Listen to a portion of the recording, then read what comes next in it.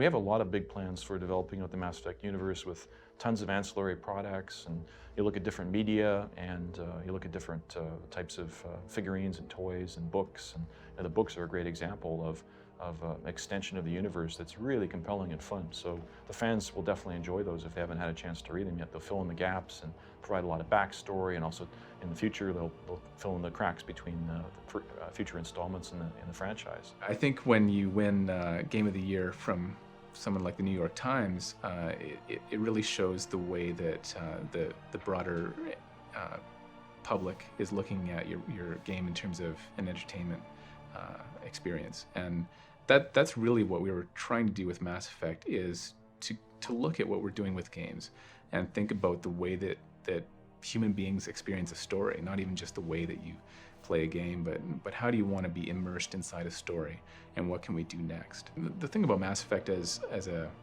storytelling universe is it is really big enough to create all these opportunities that you might want to explore.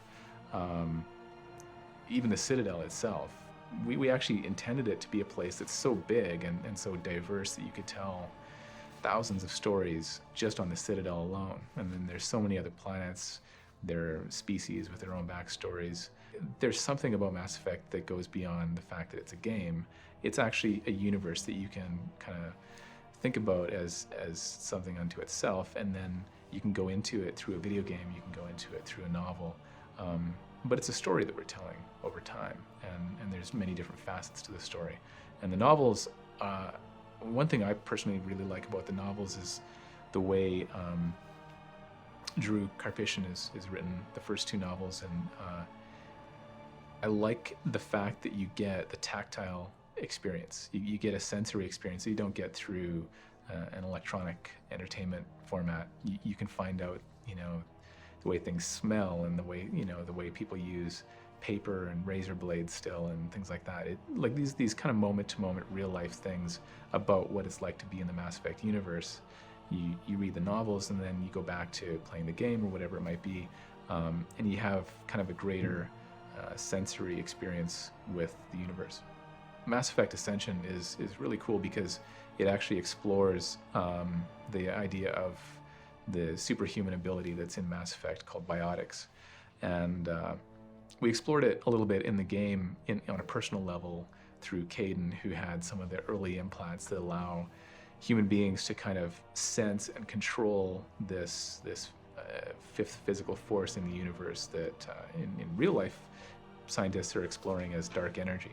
And so we kind of brought that into the world of Mass Effect, but we kind of explored it a little bit on a personal level. And in the novel, you get to see an entire school, basically, of kids that are prodigies in being able to use biotics, and one child in particular who is exceptionally powerful and just kind of learning how to develop and control this gift that she has. When we created Mass Effect, we obviously created a very, very deep and very broad world. We put in a lot of background, a lot of information about things that didn't come out in the game explicitly.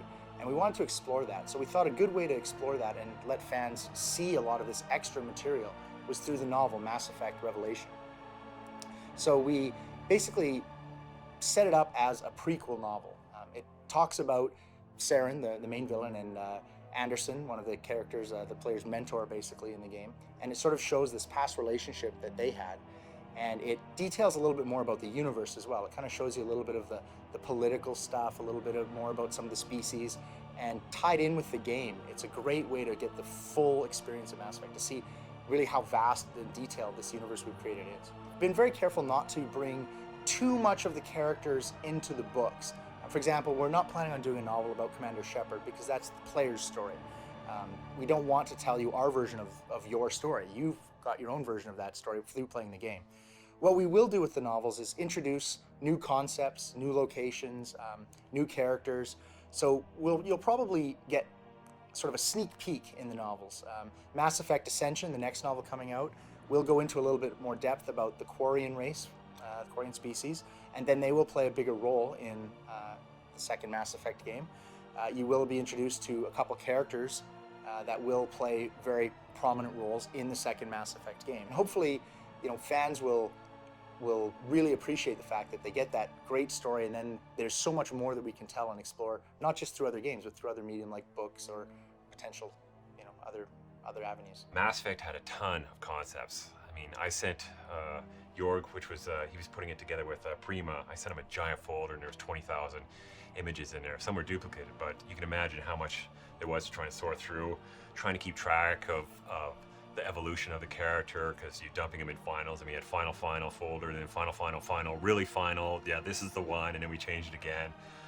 But really a lot of great artists. I mean, we credited 11 people in here. We had a lot of different staff doing it. Casey ended up writing the whole book. He wrote it in about a week. It was a real tight deadline. I wasn't able to do that because I'm an idiot when it comes to writing. So Casey said, I'll do it. And he wrote it in like a week. He stayed up all night and got it all done and then sent it off to Jorg, and Prima put it all together. And yeah, people were really excited about this. I know we were always asking, when's that book coming? When's that book coming? And everybody was always excited to get their copy. We've had a lot of interest for developing TV series, movies, things like that. And so we're definitely interested in doing those kinds of things and really broadening out the experience of Mass Effect. I think a lot of people want to see what Mass Effect would look like as a live action experience with actors and sets and things like that. Our goal, of course, is everything that we do, whether it's making a mobile game or a huge Hollywood movie. Ultimately, it's about the quality of the storytelling experience and whether we're really giving people something important in terms of the entertainment value and what they're getting out of the story.